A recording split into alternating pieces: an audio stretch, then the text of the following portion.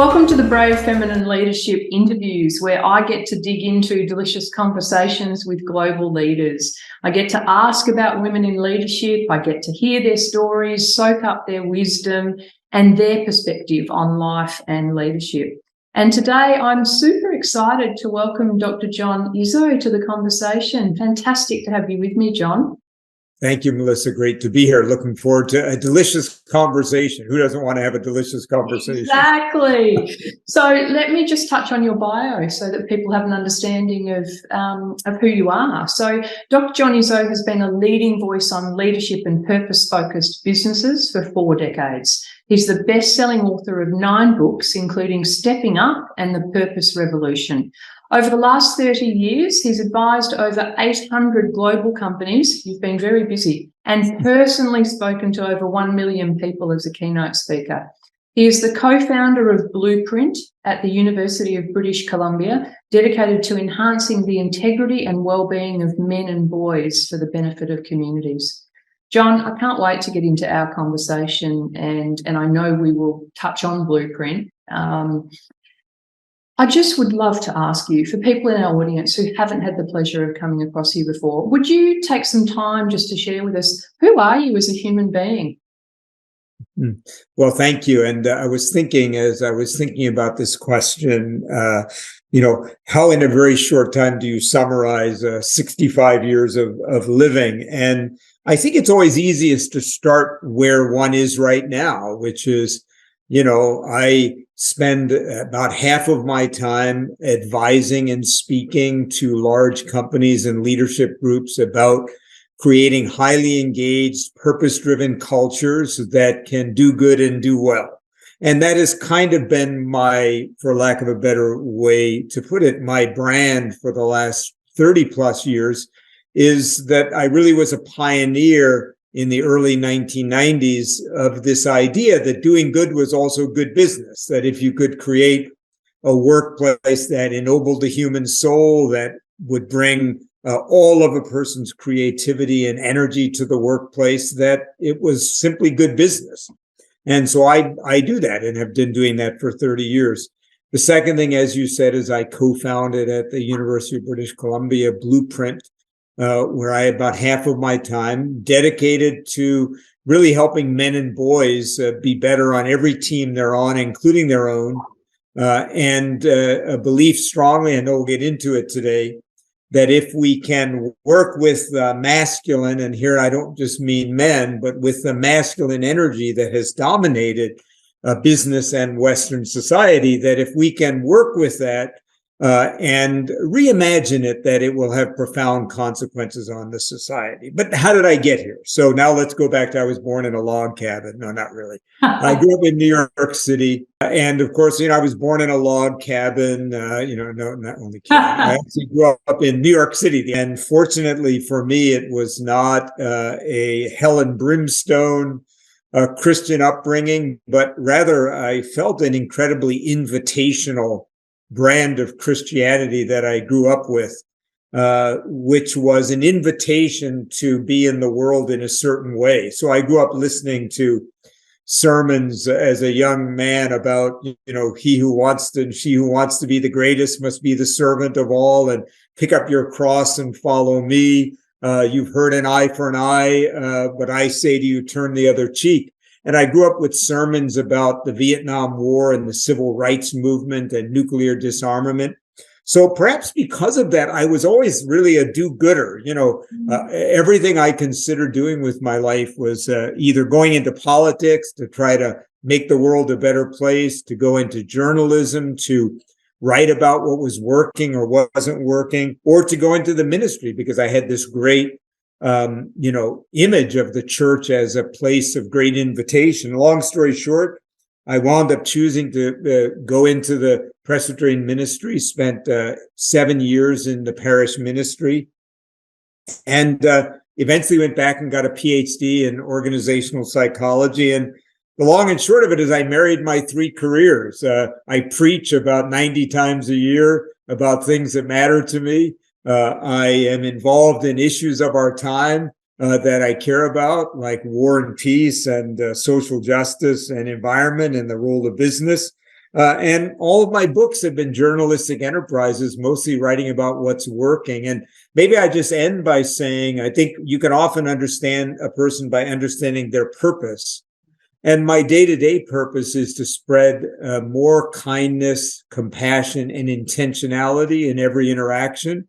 And my work purpose is to help accelerate the shift of consciousness required for humanity and planet to thrive now and in the future. So that's kind of who I am and how I wound up doing what I've been doing for 40 years. Fantastic. John, I want to go back to one of those purposes you brought up, because it's a question that I'm really fascinated by. It's intentionality. And, I would love your reflections on, was there a moment in your career where, you became a lot more intentional around the sort of direction you took? Maybe we'll start there first. It's interesting. I don't think it was in the workplace that I first saw the importance of intentionality. I grew up in a single parent home in New York City. My father and mother got married very young and split up when I was only 6 months old. My father moved 2 hours away in Connecticut and then died of a heart attack at 36 when I was 8 years old. And I had not met him once in those 8 years after they split up. And even though I probably didn't know it at the time, Melissa, that two things happened for me, I think, as a young man. The first thing is that I knew that life is short. I mean, when your father dies at 36 and you're 8 years old, I think I had a heightened sense that the choices that I made mattered, that you didn't know how much time you would have to leave whatever legacy you were going to leave. And the second thing is that I'd like to believe if my father had lived longer, that I would have had a relationship with him. So I was acutely aware of his lack of intention for whatever reason. It's a bit of a mystery to me why he made the choices he made.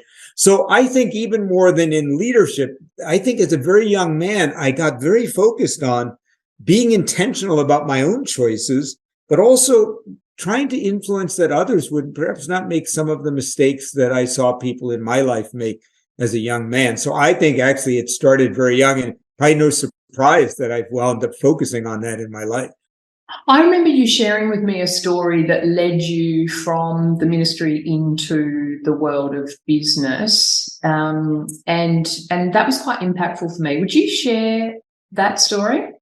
Yeah, I'd like to think I'm an accidental tourist into the business world, because I honestly, growing up, it never occurred to me. No one in my family, and my mother worked in an accounting firm, but nobody had been really an entrepreneur focused on business. But when I was a young minister in Youngstown, Ohio, it was during the days when the steel mills were closing down. They called it the Rust Bowl at the time.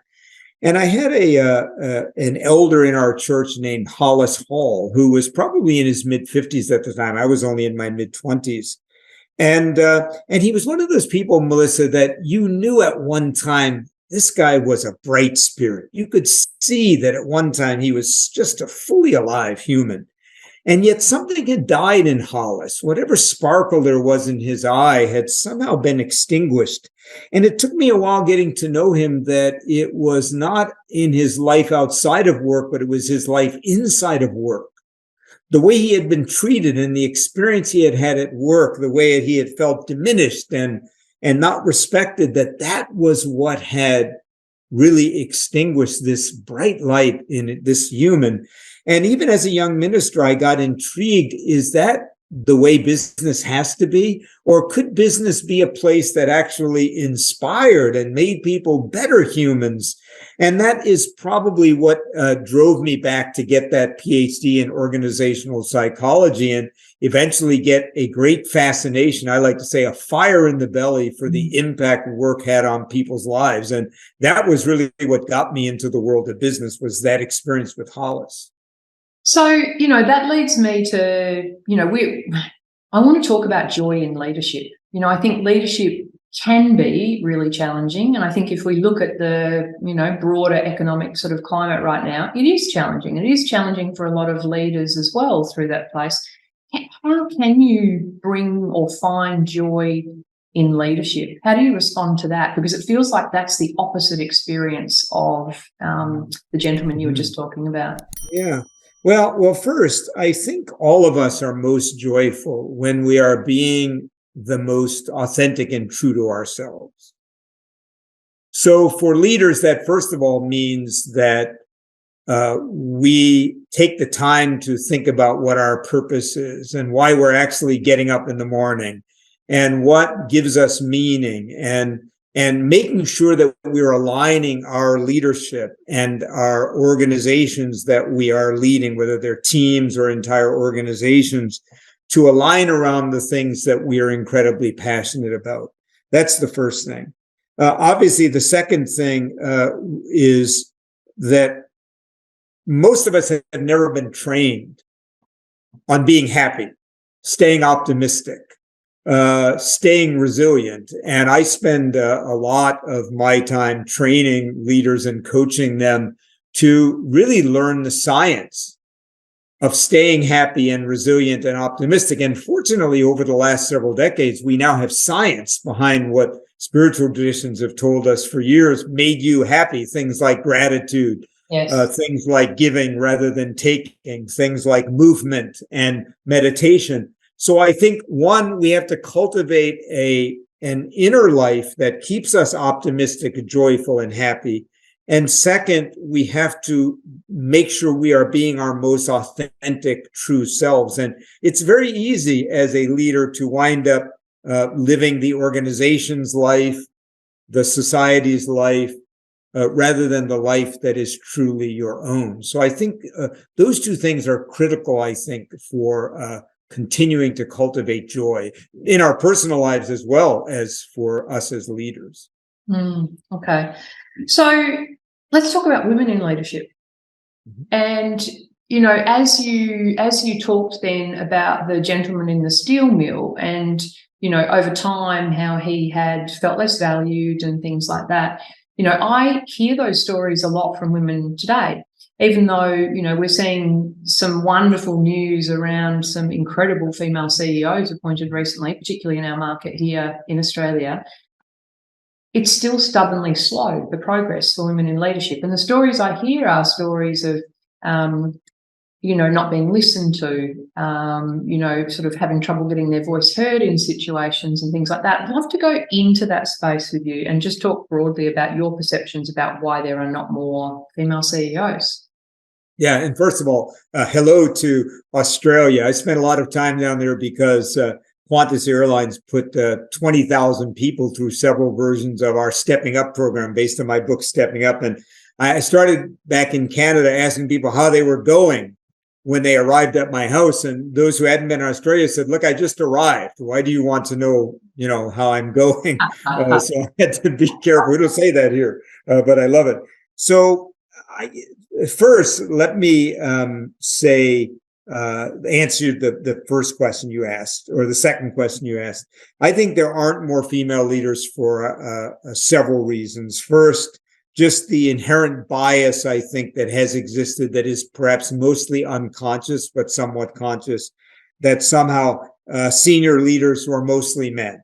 I think we all get a paradigm in our mind, you know, about what something looks like, you know, what a firefighter looks like, a police officer, what a nurse looks like, right? Same reason that, you know, a lot of male nurses have a hard time because we had an image for decades. So first, the image itself and the unconscious bias that exists, and then sometimes outwardly biased. The second thing is almost always when you become a CEO because you were a vice president or on the senior team. So it's almost like I think it has taken a long time to build the farm team, which is women have, you know, needed to be in greater numbers in first the middle ranks, then the senior team, and still today a dearth even at the senior levels. So I think it's a matter of time as well for that to happen. Of course, many organizations have been much more intentional about it. But the third thing that's more insidious in my mind is the fact that the masculine patriarchal paradigm which has dominated business and society, especially in the West, but to some extent across the globe in modern urban society, it tends to favor the traditional masculine energies. And I say that because these things are not exclusive to men or women. They are associated with men or associated with the feminine, but they're actually different energies. So the male energy of... Elaborate on those, yeah. Yeah. So the male energy, power, status, competition, things over relationship, etc., right? Conquering over nurturing. Then the more feminine energy, nurturing, compassion, relationships, more holistic, less focused, and I'll talk about that in a moment. So the business world has, and the organizational world and society, even in terms of elected officials, have tended to think leadership is about these masculine energies, and it's caused incredible problems for societies and organizations, and I want to get into that. But because that has been what we saw as good leadership, these more associated with the feminine qualities have been diminished. And so a great example of that, Melissa, is like if a male leader cries occasionally, not often, it's like, oh, isn't he a real human? If a woman leader does it, isn't she weak? Yes. And so it's a simple example. If a woman leader raises the issue of, well, what's the relationship impact of that? Well, that's women always thinking about that, right? So there's a certain typecasting of women when they are really leading from the feminine. And obviously, the most effective leaders actually integrate the feminine and the masculine energy, and we can get into that. But I think that's the three reasons why I think that we don't have as many as we ought to, not only ought to in a moral sense, but ought to for effectiveness as well. It's interesting. I know you shared with me some research that indicated, and talking to the fact that there's been these sort of archetypes of leadership that rely more heavily on masculine leadership traits, that as women moved into more senior roles, they too exhibited and lent on their masculine tendencies a lot more. Does command and control leadership, I mean, is that masculine? Because I have, in conversations with people, I hear a lot of people say to me, I'm stuck in command and control. How do I shift? Because that's not resonating anymore. Yeah. Well, this is a really big, like now we're opening up the onion, which is good. So a couple of thoughts. One is that I think let's first look at the research on effective leadership. We know that truly effective leaders actually, even though it's not named that way, integrate the masculine and the feminine energies. And I'll give you a great example of that for me in a moment. But you are right that some research suggests that as women leaders climb up the ranks, they lead more like the traditional masculine energies. Now, there's two theories for that. One would be, well, that's the way you have to lead if you're an effective CEO. Well, let's say to that one because the research doesn't support that. Second, it's because that's what the system rewards. So women who lead like that masculine energy are more likely to be promoted. Probably some truth. I think equally so that as women climb up the ladder in leadership, they often feel they have to fit into that masculine paradigm. But let's talk about why the two energies together are the most effective form of leadership. And I like to think the best leader I ever worked for was my first leader in organization development, a woman leader named Trudy Sopp. And Trudy Sopp, though at the time I wouldn't have thought of it in these terms, integrated the masculine and the feminine energies. She had no problem with power and influence. She could wield it with the best of them. She had super high expectations and suffered no fools. If you did not perform, she would give you a chance, but she coached you up or coached you out. And so she was competitive. She was leaned into her power. She had no problem being assertive. But she also was incredibly valuing of relationships, incredibly focused on the whole, not the kind of just the parts. She was incredibly aware of the impact on the whole system and the need for collaboration. And because of that, she's by far the best boss I ever had and a great role model. But I think it's because she integrated those energies. So I think what we need to recognize that is what an ideal leader is. It's almost like a parent. Anyone who's a parent, what's the ideal parent? The ideal parent is not the parent who only cares about loving you unconditionally and collaborating with you and, making you feel good. Nor is it the parent that has only limits and is harsh on you and pushes you to do your best. The ideal parent can do both of those things. Mm. And one way to think about it is that's the feminine and the masculine energy, again, associated with men and women, but it's really about the masculine and feminine energy. It's not about men and women. So once we recognize that's the ideal leader, then I think we begin to realize we need to have that. And the sad thing is our whole society has been dominated by mostly this other paradigm, and the consequences of it in terms of sustainability, in terms of equality, in terms of sustaining a healthy societies have, I believe, been tragic. And I don't blame men for that. Men are not toxic, but the patriarchal energy, when it is the only game that you play, is toxic, and it's toxic to societies. And I'll rant for just a moment. When the war started in Ukraine, I found myself incredibly angry, and I'll tell you what I was angry about as a man.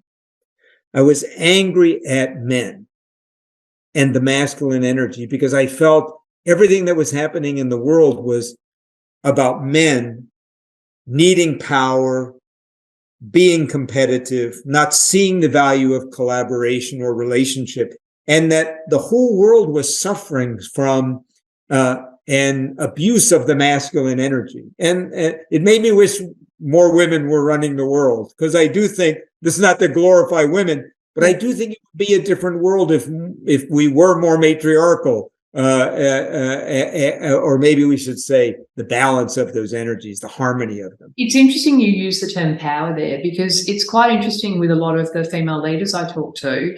And I'm seeing this change, which is wonderful. But so many female leaders reject the notion of power or ambition. And we know that there's stories attached to that, which is why people reject it. But I think one of the interviews I did, the wonderful leader called Sally Bruce, she really called out that, as a leader, you have a power to do something, not power over people. It's power to do something and to make a change. And so, I just want to think about that. How do you think leaders can best prepare themselves to kind of intentionally show up as that best version of leader they can be? Because you can't just do it by accident, I don't believe. No, you can't. And I think it's very, very early in your career, two things are very important. One is, if possible, work for people who will teach you something really profound about leadership. I often think, would I have been the person that I am right now if I hadn't worked for Trudy Sopp as the first leader I had? And there's some research that suggests, Melissa, that the first supervisor we have when we begin our eventual career is one of the strongest predictors of our ultimate success. Wow. So first, surround yourself and be mentored and learn from leaders who you see as incredibly effective. But you talked about power. One of, I think, the most fascinating pieces of research around senior leadership is it turns out that the most effective senior leaders have high needs for power and low needs for affiliation, which means low needs to be liked. Yes. Don't confuse that with being likable. Low needs to be liked, low need for affiliation, high need for power. But that research does not define power the way we normally define it. We define power as ego, power over. The research defines power as the need for things to be done right and well. In other words, for the organization to be at its best and for people to be at their best and highest potential. So it turns out that when power is leaned into in that way, and again, Trudy Sopp was a great example. She wasn't into wielding power for ego's sake, but it was very important for her to use power to make sure things were done right, that we fulfilled our highest potential as individuals and as an organization. And that's the proper use of power. In that, and this other piece about if I have too high a need for affiliation, the need to be liked, I will not be willing to make the tough decisions. Again, not to be confused with being likable. Very different. And again, we go back to parenting, which to me is the ultimate, like, if you want to look for a paradigm around effective leadership, look at effective parenting. Well, who's the most effective parent? The person who, who can be tough, but also incredibly caring and fair, who is able, again, to balance those energies, because it's more important that my child become a happy, effective human being than that they like me every day. But on the other hand, I also have to make sure that they have high self-esteem and that they grow as individuals. And that's kind of what effective senior leadership looks like when it's sustainable. So any tips on what a leader should do and should think about as they sort of, reflect on their leadership? What do you ask people to consider? Well, a couple of things. First, be clear on the kind of leader you want to be. A great way to do that is to write your retirement speech. And in preparation for your retirement speech, think of all the leaders you've had in your life and what were the qualities that they had that inspired you, made you come in and do your best, etc. And then authentically create a retirement speech that you can live into. So on my wildest dreams at my retirement party, what would I want them to say about me? It's a good idea to read it once in a while. But then so that's get clear. But the second thing is you got to face the facts. How does my current leadership show up against my desired leadership?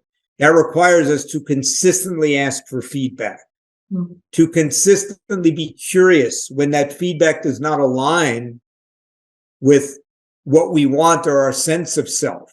So instead of saying, I train people, instead of saying, thank you, Melissa, but thank you, tell me more. Lean into your curiosity. What can I learn from this feedback? And some research suggests that for most of us, early in our career, we're given critical feedback that is core to what would make us more effective. And the people who get plateau in their career don't follow, if you will, and listen to that early feedback. And those who are effective are more likely to, who are listen to that feedback and work. And give an example. When I worked for Trudy Sopp in my first performance appraisal, she said, John, you're a great communicator. You're a great storyteller. The clients love you. You build trust. But let me tell you what your colleagues say about you. You're a great guy, but you're selfish. It's all about you. And John, you can be good and be selfish, but you can't be great. So you've got to work on that. And I was kind, I was compassionate, but I was too self-focused. And the research says early in your career, you're going to get a feedback like that. And it's never too late to take it, Melissa. So you could be 40 right now or 50 and say, John is right. I've gotten that feedback for like years. And I was thinking of a female leader I work with who had 20,000 people who reported to her, and I was coaching her. And for years, she had gotten the feedback that you're tough, you're smart, you're strategic, but you just don't make people feel good around you. You just don't make people feel valued, that you're too hard. And she resisted that feedback for years. And when she finally just opened up to it, it was actually because she was in the defense industry and she was at a banquet and met a female 4-star general who was tough as nails and smart and hard, but she was loving and building relationships. And I'll just call her Josephine. That wasn't her name. Yeah. Josephine said, wow, she does both of those things. Maybe that feedback, maybe I could do that. And so part of it, Melissa, too, is have a growth mindset about yourself. Because often we think, oh, that's just who I am. And when this leader said, maybe if I get curious about that feedback and developing that other side of me, we all have a more developed side. By the way, not taking credit, she wound up then becoming the COO of the first female CEO in her industry and had 130,000 people under her direction. Wow. I'd like to think it wasn't because of me, but it was because she finally opened up to be curious about the ways in which she needed to become more effective. I love that you said that, because I spend a lot of time, encouraging people to open up to that feedback and listen to that feedback. And I think we can learn a lot from athletes in that regard.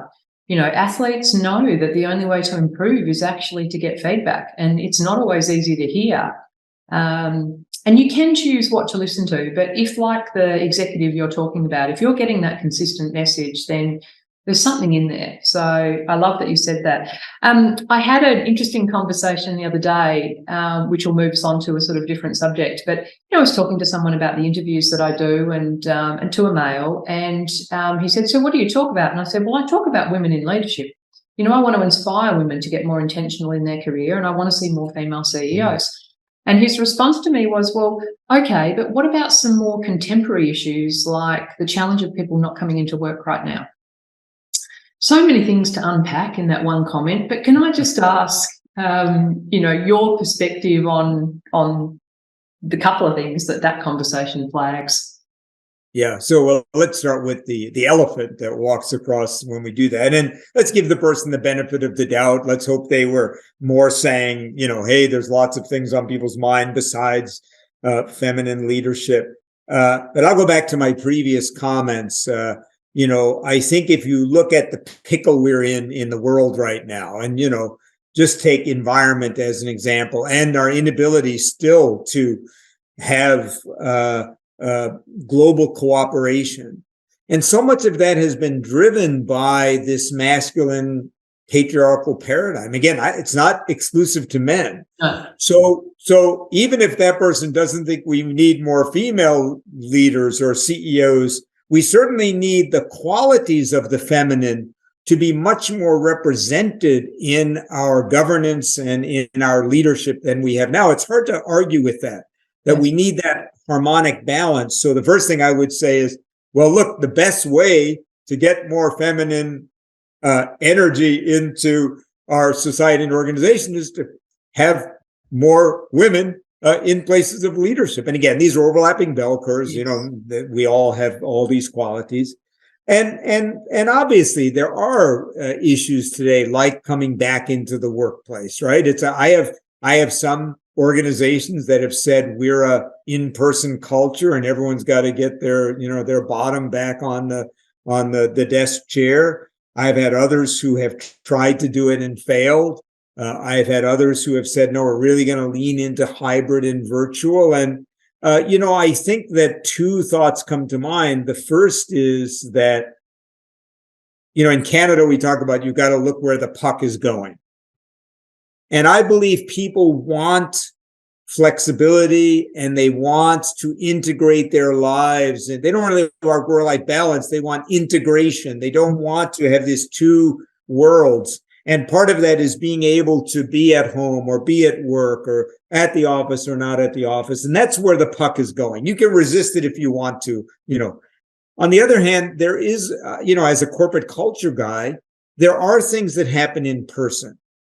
When we meet informally around a coffee or in the lobby or between meetings, there is something that happens in person, especially new people as they develop relationships. And I would say to women leaders or who want to move up in the organization, be careful about being too hybrid or too virtual, because you will never build the same kind of relationships as you will in person. I would say that to men and women, but since many women may have the natural bias disadvantage to begin with, you be careful about the hybrid or virtual as your prime way of being. It's a balance for all of us.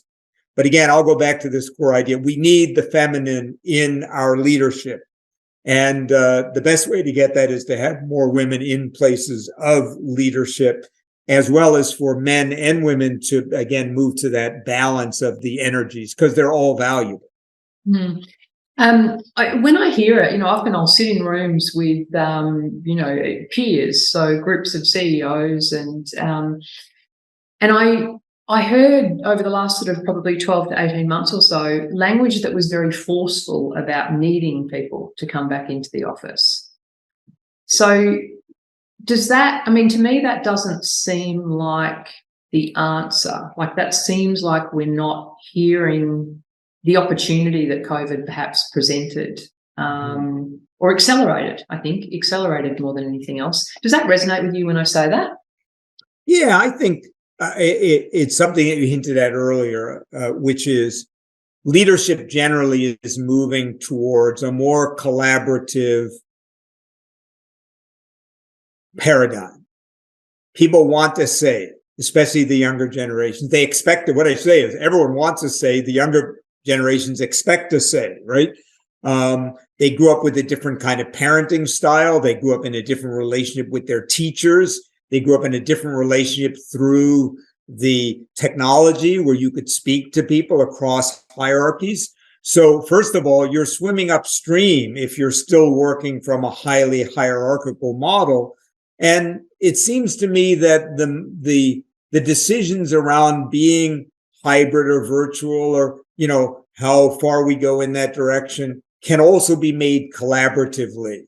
And I think those organizations, I'm working with a think tank in Washington, D.C., where the CEO really wanted to get people more back in the office, but people had really enjoyed being at home, but I think did it in a very collaborative way of people dialoguing about the pros and cons and what might work and what are the goals we're trying to accomplish. And I think pretty much got to where he wanted to get by engaging people in authentic dialogue. And, my experience, Melissa, generally is that if people feel people don't have to get their way, but they have to feel they've had their say. Yes. So even if you want people to get back into the office, by leading an authentic process that they feel they've had a say, they're more likely to come back into the office in the way you want them to. Okay. John, can you tell me about Blueprint? Sure. So Blueprint is 6 years old. It's affiliated with the University of British Columbia. We have a very simple mission, simple but huge, which is to enhance the integrity and well-being of men and boys for the benefit of families, communities, and the world. And it really began as a think and do tank dedicated to both helping men and boys, especially in Canada and North America, but globally, become more well and do more good. And it really came, Melissa, from maybe three truths. The first truth is that men have and continue to disproportionately contribute to suffering. We are more likely to do violence, more likely to desert and leave our families, more likely to sexually assault or, abuse people. We all know that men are more likely to contribute to suffering. It's just a fact. What's less talked about is men are also suffering in a whole lot of ways. More likely to die by suicide, more likely to be addicted, more likely to have poor relationships with their families, less likely to graduate now from high school or university, more likely to be the victims of violence as well as the perpetrators of violence. So on almost every metric, boys and men are falling behind and doing less good than we're capable of. So we really felt like it was the time to really change the conversation about men and boys. First of all, to focus on it in a new way. Let's focus on the well-being of men and boys because it's going to be good for the society, because hurt people. And second, let's catalyze men to be their best selves and beginning at a very young age. So we both conduct research like we did on the workplace post Me Too and fatherhood during COVID, to creating programs for firefighters and military and athletes and business people, especially men, that take them on a holistic journey to think about who they are and how they can be even more effective, to just trying to change the conversation about men and masculinity. And let me say, we don't think men are toxic.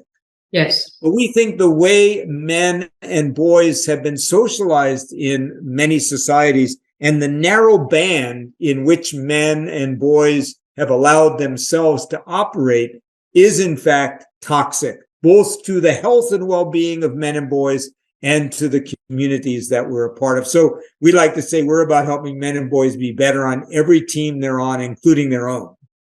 And I understand there's kind of a 3-step framework that I think is applicable to everybody, but that you ask people to consider in Blueprint. Can you share that with us, John? Yeah, in our program, young athletes and young boys is one of our key focus, and we have a very simple model that I think is as appropriate in the workplace. A very simple model. You can see it came from athletics because of the language that we use. The first is get clear, which is get clear on the kind of person that you want to be and how you want to show up on every team of your life. What kind of player do I want to be? What kind of a person in a relationship with someone in a romantic relationship do I want to be? What kind of a friend do I want to be? What kind of a leader do I want to be? What kind of a teammate, etc. Get clear. As the old saying goes, if you don't know where you're going, there's a pretty good chance you'll end up somewhere else. And many of the young athletes and even senior leaders say, no one has ever asked me in this way to get crystal clear about who I want to be.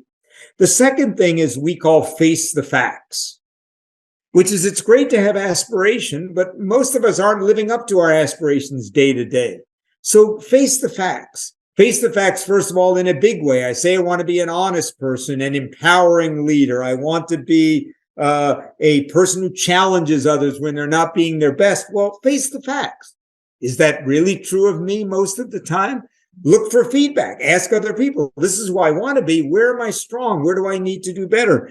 And then moment to moment, face the facts. In a meeting, I say I want to be an empowering leader. Was I empowering in that meeting? I say I want to be a respectful man or boy. Well, on that date last night, was I respectful? Face the facts. And then finally, make a play, which is we can't do anything about the game we played last week, the date I went on, the leadership meeting, or the performance appraisal I did last week, or even 5 minutes ago. Can't do anything about what's going to happen next week. But in this moment right now, I can make a different play and incrementally move towards the person, the leader that I want to be. And I believe, as you said, it parallels the athletic journey. What does it mean to be a great tennis player, a great rugby player? How am I doing now? Be open to feedback. Be curious. Find other great players and watch their videos. Find other leaders and observe them. Find other parents who are amazing and see what they do. Face the facts. And finally, try some things. Try to be different. You'll fail a lot, but that's how you grow. So that's the backbone. And even our programs with firefighters that if folks are now even using not even in Australia, like even the Australians, but like pretty far away from us, are being used there, are based in loose on that kind of very simple model. Mm-hmm. And one of the things we ask young men and boys to get clear about is what society has told them about what it means to be a man. Mm-hmm. Be strong, be stoic, don't show weakness, don't ask for help, which is the core of male poor well-being. And so that stoicism and that singular focus is part of what we try to also help men see, the way that limits them. And maybe you can play on the entire playing field of human possibility and not be limited by what society has told you a man or a boy is supposed to be. John, I could keep our conversation going for a long time, but I'm going to move to the last question that I ask of everybody, which is, from your perspective, what does brave feminine leadership look like, and do you think it needs to change? Well, first, what is brave leadership, period? Because then we'll talk about how that might be unique in the feminine. So what is brave leadership? First of all, brave leadership is leadership that is courageous, that is willing to take the heat, to do what is right or what is effective, even if it isn't popular, So brave leadership means the courage to not always be popular, to do what's right over what's expedient, and to do what is in the long-term interest of an organization or an individual, not just the short-term interest. The second thing that brave leadership is authentic leadership. Brave leadership is the willingness to be your most authentic self. I think all of us are the best leaders when we bravely be ourselves. I remember years ago, Melissa, that remember Tom Peters? He was a very popular speaker in the previous generation. He's still around. But a magazine, Incentive Magazine, had a cover story on the 8 speakers most likely to become the next Tom Peters, of which I was one of them. So then I was interviewed by like these people considering me to do this leadership series that Stephen Covey was doing. And it was like this global leadership thing.